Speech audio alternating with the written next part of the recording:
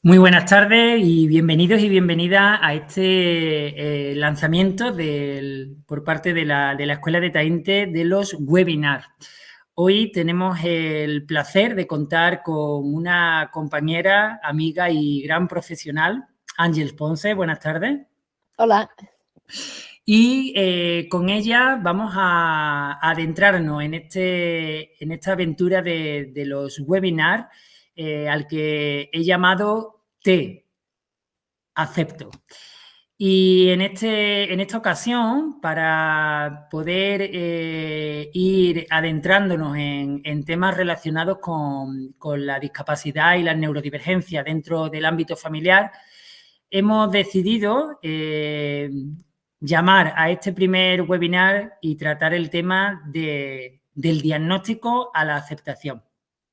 Así que, sin más preámbulos, os dejo con Ángeles Ponce, que nos va a contar un poquito cómo es el proceso de recibir el diagnóstico y viajar hasta la aceptación. Muchas gracias. He preparado esta presentación pensando en un poco en este viaje tan largo, ¿no?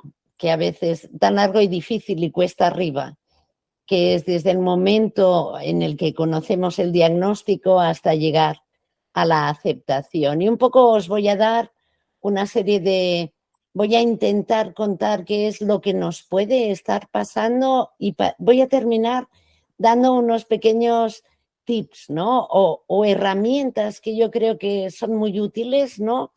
Y que a lo largo de mi trabajo con las familias me han ido confirmando qué es lo que les ha servido en este viaje, ¿no? Son como cosas que pondrías en tu maleta, ¿no? Y que no puedes olvidar para hacer este viaje.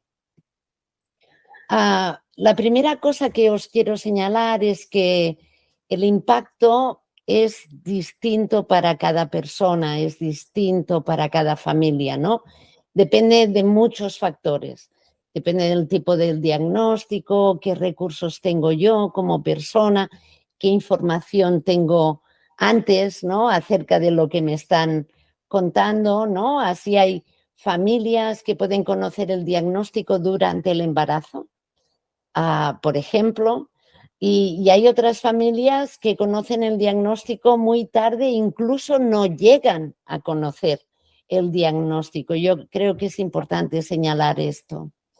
Y hay muchas cosas que tienen que ver cómo me lo tomo, ¿no? O cómo impacta esto en mí.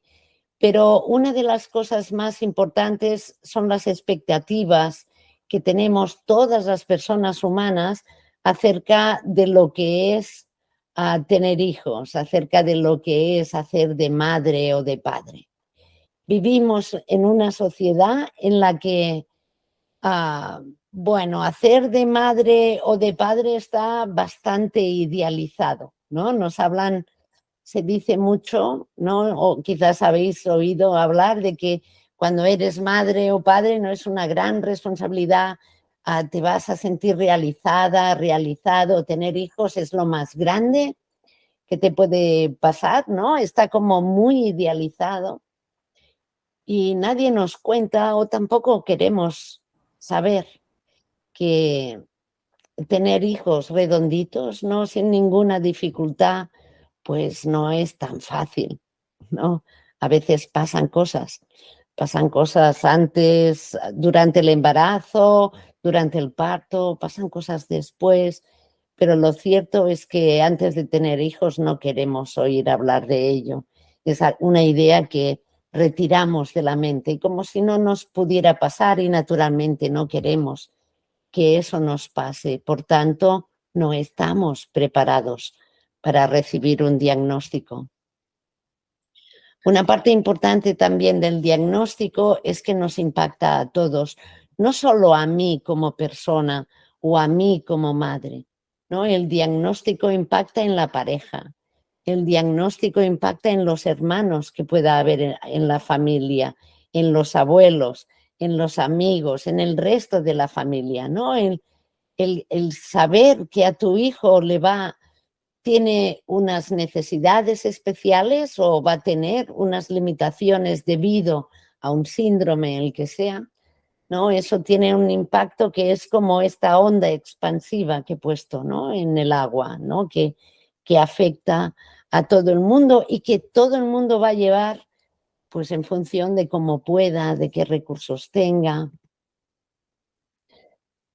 El impacto también se fundamenta en el hecho de que todas las madres y los padres deseamos que nuestros hijos sean felices y que no tengan ninguna dificultad. Yo creo que ese es el mayor deseo que tenemos en común todas las madres y padres, ¿no? Desear que lo tengan fácil en la vida, que no se encuentren con dificultades, ¿no? Y cuando recibimos el diagnóstico, por tanto, lo más normal es que nos duela saber, porque cuando te dicen que tu hijo tiene un síndrome determinado, una enfermedad rara o parece que hay un retraso en el desarrollo, ¿no? Esa noticia te duele, ¿no? Y hablo de dolor, ¿no? Y lo más normal es que nos resistamos a, a creerlo o que no sepamos qué hacer con ese dolor. Pero también es importante, y para mí es importante hablar de esto en este momento para que puedas comprender qué es lo que nos pasa a muchas personas ante el dolor o cuando recibimos el diagnóstico. Tenemos ese dolor cada uno de nosotros, ¿no? Como madre o como padre, ese dolor es real, está aquí. Es como una, de hecho es incluso físico, ¿no? Muchas madres describen como es como que te aprietan aquí en la zona del pecho, son ganas de llorar, es no entender lo que te pasa, es mucho sufrimiento, eso está ahí. Pero a la vez que te dan el diagnóstico y te duele de esta manera, te encuentras pues con un niño o con una niña que te necesita, que, que te necesita, que necesita que alguien se mueva por él o por ella, ¿no? Que te muevas, que vayas a buscar los recursos que pueda necesitar y empiezas a pensar qué tengo que hacer, ¿no? ¿Dónde tengo que ir? ¿Qué es? ¿Dónde puedo encontrar lo mejor para mi hijo? ¿Dónde está lo que tengo que darle? ¿No? Es decir, son como dos fuerzas opuestas, ¿no? La del dolor, de alguna manera, te hundiría, ¿no? Y te dejaría ahí sufriendo. En cambio, hay otra fuerza, que es tu hijo, y lo que él o ella necesita, que es lo que te empuja a moverte, ¿no? A moverte rápido. Habitualmente, muchas madres y padres también, pues se ponen en los asuntos prácticos, ¿no? Y hacen caso a lo que muchos profesionales les dicen en este primer momento de muévete, ves a buscar terapias, puedes ir aquí, puedes ir ahí. Y lo que hacemos de alguna manera es aparcar ese dolor que sentimos para movernos, ¿no? Y para buscar, para encontrar, para entender, para buscar información. Sí, optamos por esta opción. Esto es muy lógico, muy lógico. Y de esta manera lo que hacemos es empezar este viaje priorizando las necesidades de nuestro hijo o nuestra hija, ¿sí? Y esto hace que nos olvidemos de nuestras propias necesidades, ¿no? Es como que a partir de aquí ya nuestro hijo o hija ocupa todo nuestro espacio mental, ¿no? Es nuestra gran preocupación, es el motor de nuestra vida, ¿no? Y lo ponemos delante, es quien nos guía, ¿no? Y nosotros nos quedamos muy atrás. Esto es lo normal. Esto es lo que hacen la mayoría de madres y padres. También hay algunas que no pueden moverse, ¿eh? Y que se quedan, y justamente el dolor no les deja mover. Esto también es normal. Y a partir de aquí lo que tendremos que hacer, ¿no?, es a lo largo de este viaje, es manejarnos con diferentes cosas que también son dolorosas. Nos tendremos que aprender a manejar con una preocupación permanente por la salud y el futuro de nuestros hijos. Y no importa tanto qué diagnóstico te han dado, ya desde el principio una de las cosas que nos viene a la mente es pensar qué pasará. ¿Qué pasará cuando crezca? Si va a ser una persona autónoma, hasta qué punto lo va a ser, me va a necesitar siempre. Si hay problemas de salud, ¿qué más puede aparecer? También a lo largo del viaje nos damos cuenta que hacer de madre o de padre de una persona, de un niño con necesidades especiales, es una responsabilidad que va más allá de las expectativas normales que cualquier madre o padre puedan tener, ¿no? El niño va a ir creciendo, se va a ir desarrollando y naturalmente va a adquirir muchas capacidades, pero quizás sea una persona, un niño, un adolescente, un joven que nos necesite ahí. Y nos vamos a encontrar siendo madres de un joven de 20 años que necesita todavía, pues, que estemos ahí con él. Y esta perspectiva es algo que pesa mucho, en la mente y en el corazón de muchas madres y padres. También a lo largo del camino, no solo al principio, sino a lo largo del camino, vamos a tener que luchar permanentemente por encontrar y obtener los apoyos que necesitamos. Esto es así. No sé por qué, pero la realidad es que cuando tienes un hijo con necesidades especiales, nadie te cuenta todas las ayudas que hay, a las que tienes derecho, dónde están los recursos. La realidad es que yo conozco a muchas madres y padres que tienen que pelearse con la angustia permanente también de pensar, Dios mío, ¿me estoy perdiendo algo? ¿No? Y tenemos que ser nosotras, como madres y padres, las que nos movamos para buscar en internet, hablando con otras madres, qué es lo que hay, cómo se tramita esto, y eso con la angustia de que no se me pase nada. Y esto desgasta mucho. Esto que va más allá de acompañar a tu hijo o a tu hija, esto va más allá de eso, de tu función como madre, como padre, pues te encuentras peleándote con eso. De hecho, hay muchas madres que además de ser madres o padres, ¿no?, se convierten también en especialistas de sus hijos, ¿no? Y aprenden, no solo aprenden a logopedia o aprenden fisioterapia, sino también se convierten en taxistas, en enfermeras, en gestores de la agenda complicada de sus hijos, ¿no? Tener un hijo con necesidades especiales implica que juguemos, ¿no?, a una serie de roles que no cumplen otras madres y padres, ¿no?, con hijos redonditos. Redonditos son aquellos que no tienen esquinitas. También nos tendremos que manejar con la soledad, porque desde el momento que tienes un hijo con necesidades especiales parece que estás jugando en otra liga, ¿verdad? Ah, estás en otra liga distinta. Te quedas sin marcos de referencia, tienes que, de alguna manera, bueno, estás en otro grupo, el de las necesidades especiales, ¿no?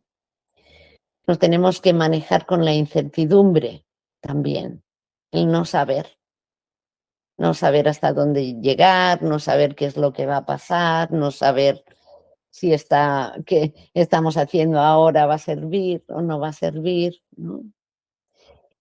Y finalmente nos tenemos que manejar también con los problemas económicos, porque está demostrado, ¿no? Hay diferentes investigaciones que confirman que sí, que tener un hijo con discapacidad implican más gastos para una familia. Y justamente estos más gastos conviven con con menos posibilidades de ganar dinero, porque habitualmente alguien tiene que reducir su jornada o dejar de trabajar para atender a las necesidades de nuestros hijos. Así que, ya ves, todo esto hace que el camino sea cuesta arriba. Y he hablado de esto para que para mí, una de las cosas más importantes es darse cuenta de que es difícil, de que es difícil y que requiere de mucha energía. Sí, es como ser conscientes si te vas a hacer una excursión, ¿no? Pues que hay tanto de desnivel y que es una brutalidad de desnivel. Y cuando yo me voy de excursión y sé que hay mucho desnivel en este tramo, lo que hago es prepararme. Intento llevar una mochila ligera, no me olvido de los bastones, intento beber antes para hidratarme bien y subir la subida con un paso tranquilo, calmado, que yo pueda sostener y que me ayude a hacer todo el recorrido hasta llegar arriba. Por eso, antes os he hablado de todos los factores, ¿no?, que nos ponen en riesgo, que hacen que este camino sea de subida, porque el primer paso es darse cuenta de eso. Es difícil y requiere de mucha energía. Además, pusimos el término aceptación como título para esta charla, pero en realidad es más adaptación que aceptación, y toca que te lo cuente ahora. Solo podemos aceptar hechos, ¿no? Podemos aceptar el diagnóstico del síndrome de no sé qué, de la lesión de no sé cuántos, de cómo se llama la enfermedad rara. Esto lo puedo aceptar porque es un hecho concreto. Es un hecho concreto, inamovible, esto no cambia. Pero es muy difícil aceptar a un niño, a una persona, teniendo en cuenta que las personas estamos en constante evolución. Esto significa que nosotras, que tenemos un hijo con necesidades especiales, lo que hacemos es adaptarnos a lo que necesita mi hijo hoy, que tiene 2 años. Pero cuando mi hijo tenga 6 años, tendré que adaptarme a unas nuevas necesidades, porque sus necesidades van a ir cambiando con el tiempo, sus capacidades también. Va a crecer, va a evolucionar, y lo que yo voy a tener que hacer es irme adaptando. Y este proceso constante de adaptación requiere de mucha energía, más que la aceptación. Nos tenemos que adaptar a lo largo de este camino, a muchas cosas, ¿no? Tendrás a tu hijo, a tu hija en una guardería, ¿no? Y se habrá adaptado a eso y tendrás que buscar qué escuela. Y cuando busques la escuela será mejor la ordinaria o la especial. Y vas a probar y te tendrás que adaptar a lo que esté pasando a la escuela o a los recursos que tengas cerca de tu casa o a cómo lo lleve tu hijo o tu hija. ¿Veis? Son constantes adaptaciones las que hacemos a lo largo de nuestro camino, y esto requiere de mucha energía, ¿no? Porque una vez me he adaptado me podría relajar, pero después de esto viene otra cosa y después viene otra. Este es el principal motivo por el cual tenemos que aprender a cuidarnos, ¿no? Otra de las cosas que tienes que recordar a partir de hoy, o si tendrías que quedarte con algo de esta charla, es una cosa muy, muy importante. Y es que tus necesidades como persona, como madre, como padre, son tan importantes como las de tu hijo. No son más importantes o menos importantes, son igual de importantes. Y si quieres saber un razonamiento, ¿no? Que es lo que me hace pensar así, es que te puedes plantear, si tú no te cuidas, si tú no te tienes en cuenta, si tú no atiendes a lo que necesitas, ¿desde dónde estás atendiendo a tu hijo o a tu hija? ¿Desde dónde le estás cuidando? Porque no cuidas igual cuando estás cansada, estresada, agotada, ¿verdad que no? No atendemos de la misma manera. Por tanto, en realidad es importante cuidarnos porque cuando yo me cuido a mí, en realidad estoy cuidando también a las personas a las que quiero, ¿no? Me cuido para poder ofrecer lo mejor de mí a mis hijos, porque no quiero ofrecerles cansancio, ni quiero ofrecerles estrés, ni agotamiento. ¿Vale? Esto lo puedes evitar simplemente poniéndote de lado, ¿no? Y conectándote también con lo que tú necesitas. Cuando digo que es importante cuidarse, para mí el cuidarse no es ponerse cremas o ir a un buen restaurante, ¿no? Que está bien, todo eso está bien, ¿no? Pero yo quiero hablarte, para mí el cuidado tiene que ver con la mente, con el corazón y con el cuerpo. ¿M? Es cuidar de uno mismo es hacerlo a estos niveles. Otra cosa que quiero recordarte es que cuidarse no es ser egoísta, que es un poco lo que nos contaron, ¿no? O es también como nos sentimos, ¿no? El día que cuido de mí es muy fácil, ¿no? Que si estoy, no sé, tomando un café con una amiga, fácilmente me vendrá a la mente de, ay, con lo que tengo en casa, ¿no? Que estoy aquí tranquilamente tomándome un café o una cervecita o lo que sea, ¿no? ¿Verdad? Este pensamiento se dispara y esto viene de la idea de que, es más importante lo que tengo en casa, ¿no?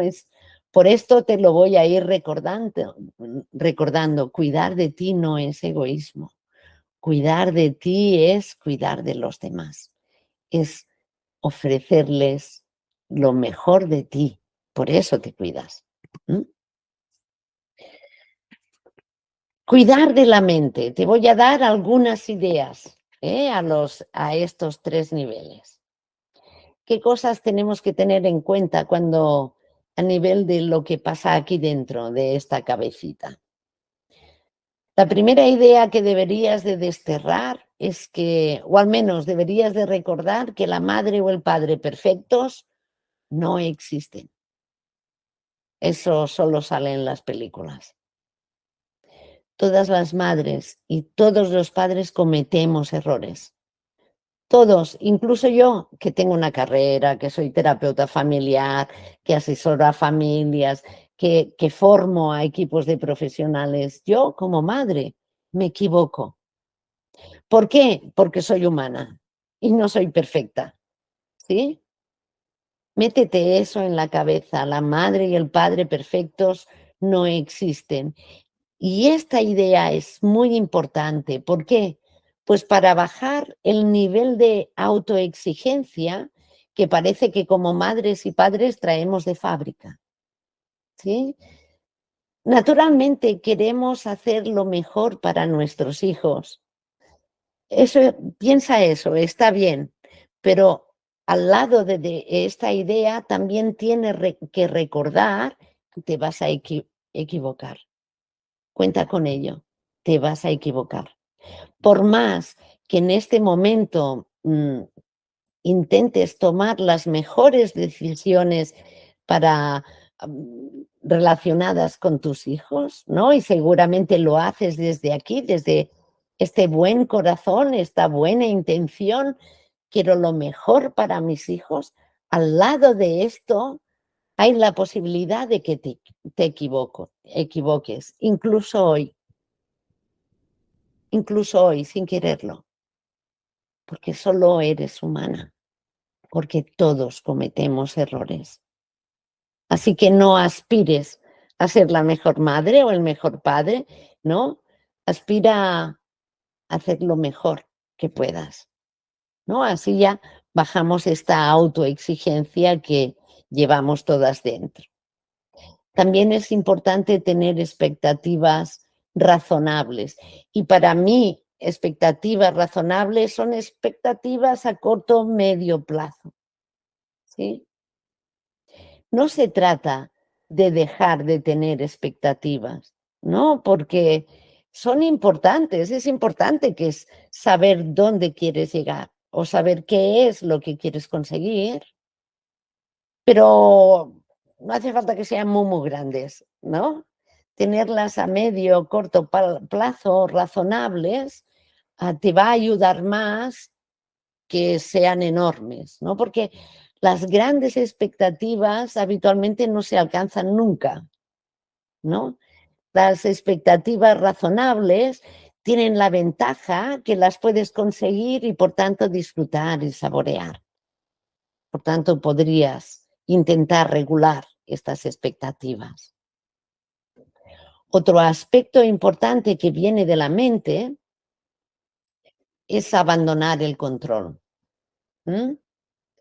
No nos damos cuenta muchas veces de que necesitamos controlarlo todo, ¿no? Y la prueba de esto es que en general las personas humanas manejamos muy mal la incertidumbre, ¿no? Muchas personas lo dicen así, es que no sé gestionar la incertidumbre. Prueba de ello es la pandemia, ¿no?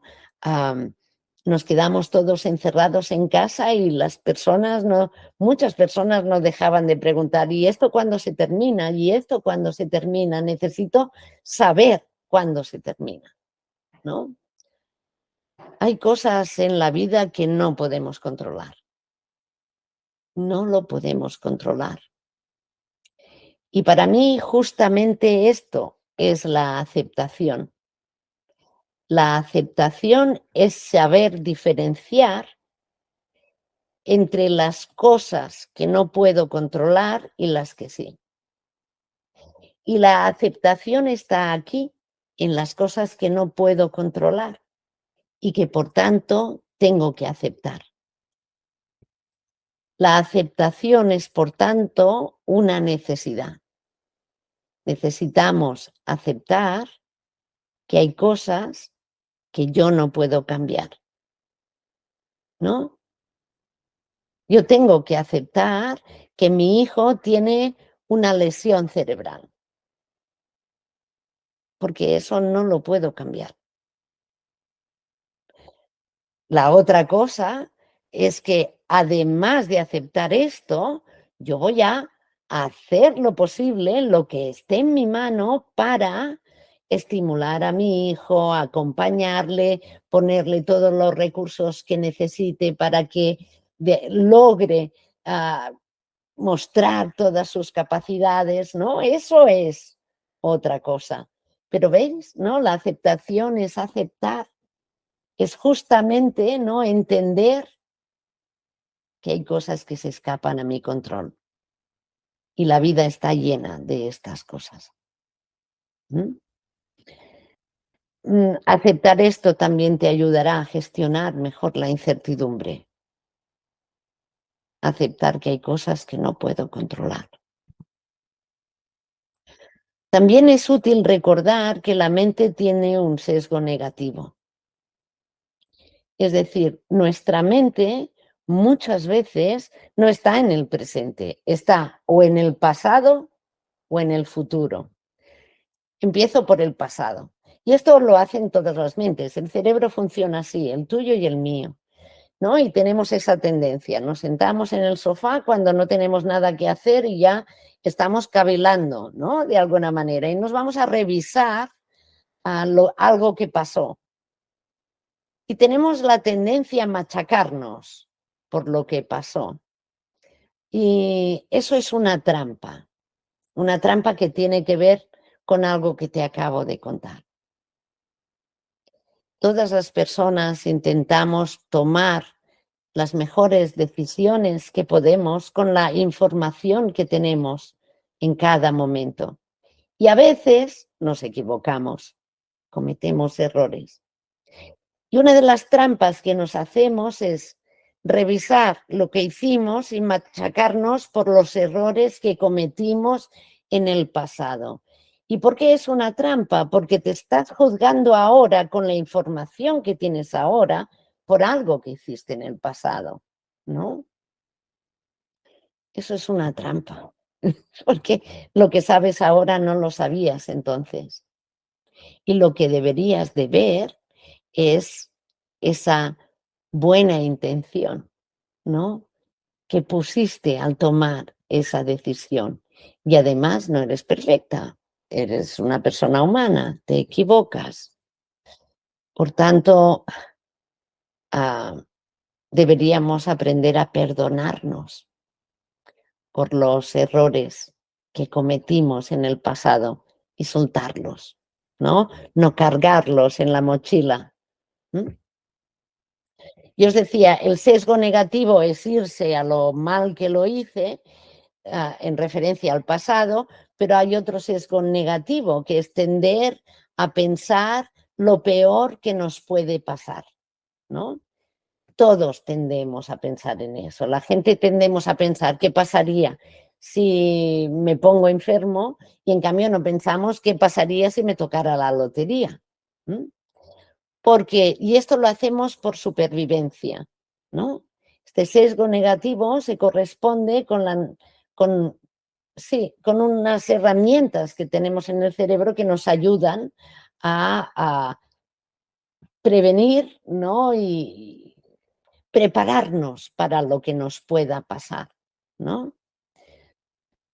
Pero es útil saber esto, porque una de las grandes preocupaciones que tenemos como familia es pensar, angustiarnos por el futuro de nuestros hijos, de qué es lo que va a pasar. Simplemente recuerda esto, vas a pensar en lo peor que te puede pasar, no lo mejor que puede pasar. En realidad lo que va a pasar no lo sabe nadie. Recuerda también que el futuro lo estás construyendo hoy. Hoy estás haciendo lo posible para que tu hijo o tu hija tenga el mejor futuro posible. Recuérdate esto. Y con que pienses algunas veces en lo que quieres conseguir y te muevas, lo importante de pensar en el futuro es moverse hacia él, no pensar en él. Pensamos demasiado. De hecho, lo pensamos todo. Y deberíamos practicar más el no pensar tanto y disfrutar más de las cosas, no darle tanto a la cabeza, ¿no? Las personas humanas usamos nuestra mente, que es maravillosa. A veces es como un arma de doble filo, porque nos amargamos mucho la existencia con esta mente que tenemos, ¿no? Y esto no lo digo yo, lo dicen los neurocientíficos, ¿no? Que nos complicamos mucho la vida porque es muy difícil, ¿no? Aprender a manejar esta mente, que es maravillosa por un lado, pero tan tramposa por el otro, ¿no? Otro aspecto importante es aprender a pedir y aceptar ayuda, ¿no?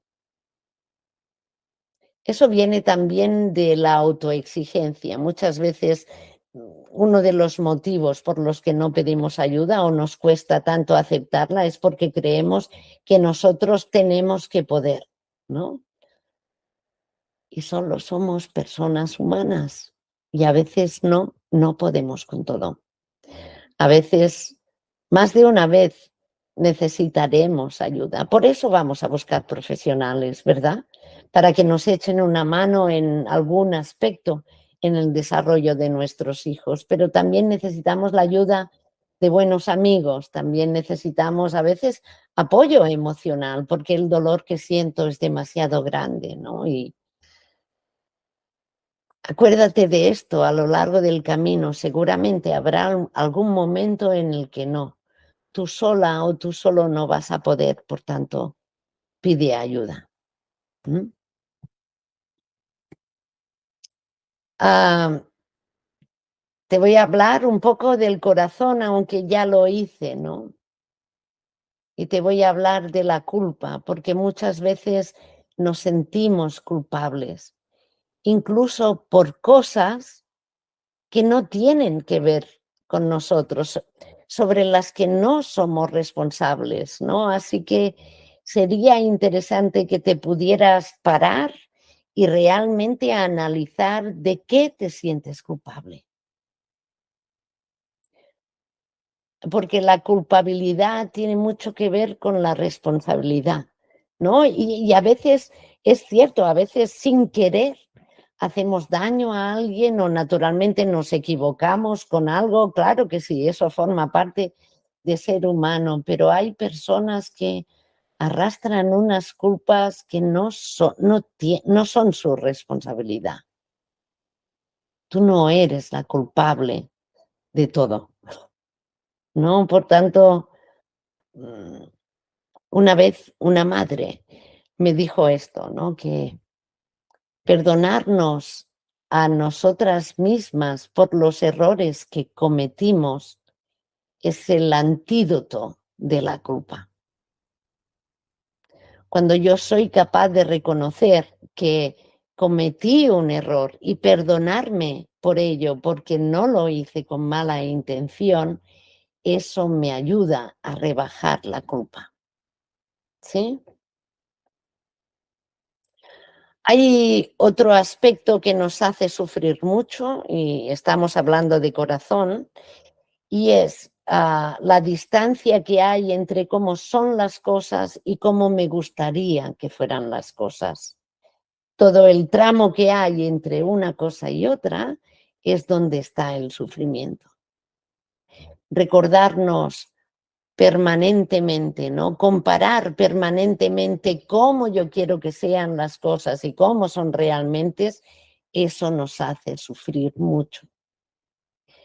Y para eso está la aceptación, ¿no? A veces tenemos que aceptar que no siempre las cosas son como a mí me gustaría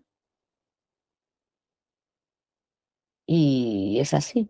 Y es así el mundo, es así la vida. Ni las cosas que nos pasan, ni las personas, ¿no? Mira el sufrimiento que te genera darte cuenta, por ejemplo, ¿no? Que tu pareja no ve las cosas igual que tú. Claro, pero cómo nos peleamos y nos resistimos a que sea así, porque muchas veces, incluso lo decimos, es que no se da cuenta, debería de ver las cosas así. Ya, pero no las ve así, ¿no? Y mientras me peleo con eso, estoy sufriendo en vez de aceptar que las personas tienen una visión distinta a la mía. Dos aspectos más que tienen que ver con el corazón son la amabilidad con nosotros mismos. Trabajando con madres y padres me he dado cuenta que nos tratamos con mucha dureza y deberíamos de ser un poco más amables con nosotros. Mira, para decírtelo clarito, clarito, te diría que deberías tratarte a ti de la misma manera como tratas a la gente que quieres y hablarte también como hablas con la gente a la que amas. ¿Verdad que cuando tu hijo o tu hija hacen algo mal, no les dices, te has equivocado otra vez, eres un desastre, no hay nada que hacer contigo? Cosas como esta no se nos ocurre decírselas a alguien a quien queremos, sin embargo nos las decimos a nosotras. Cambia el lenguaje con el que te hablas.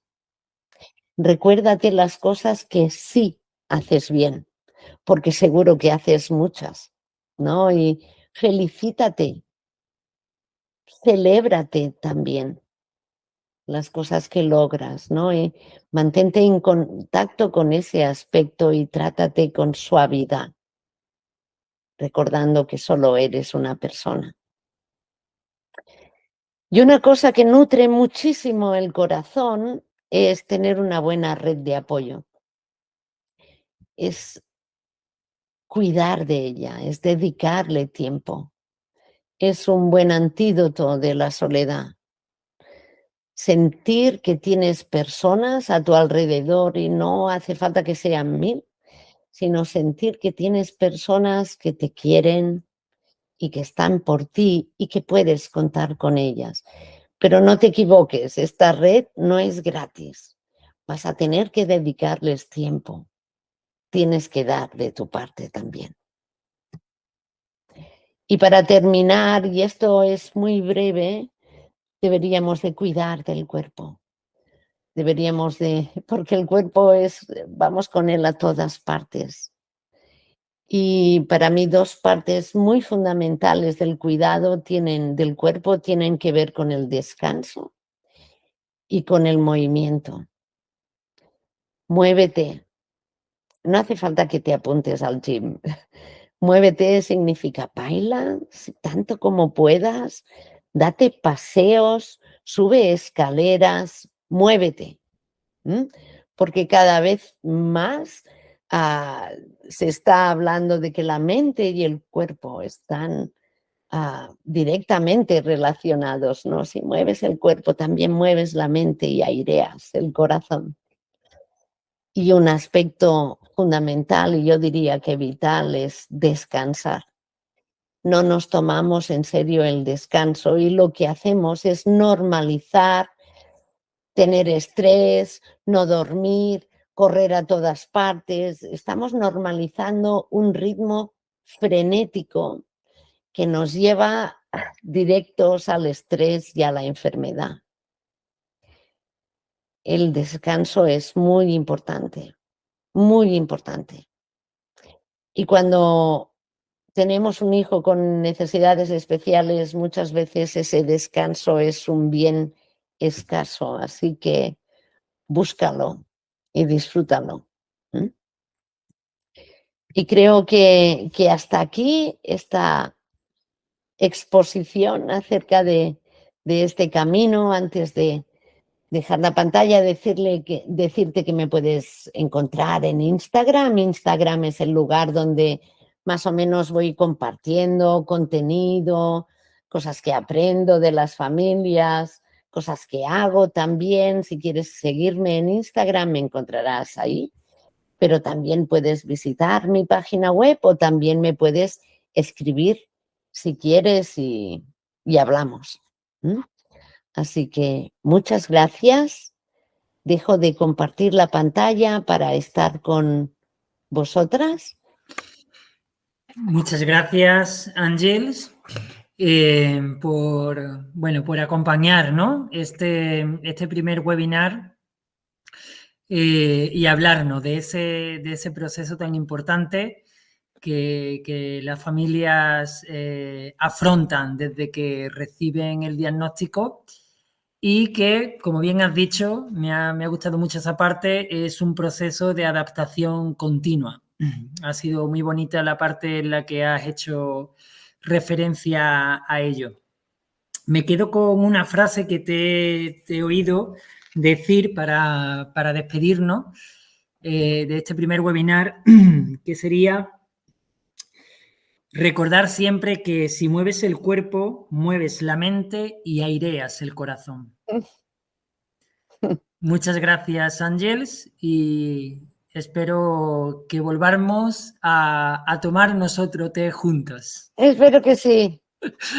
Hasta pronto. Cuídate. Chao. Chao. Gracias.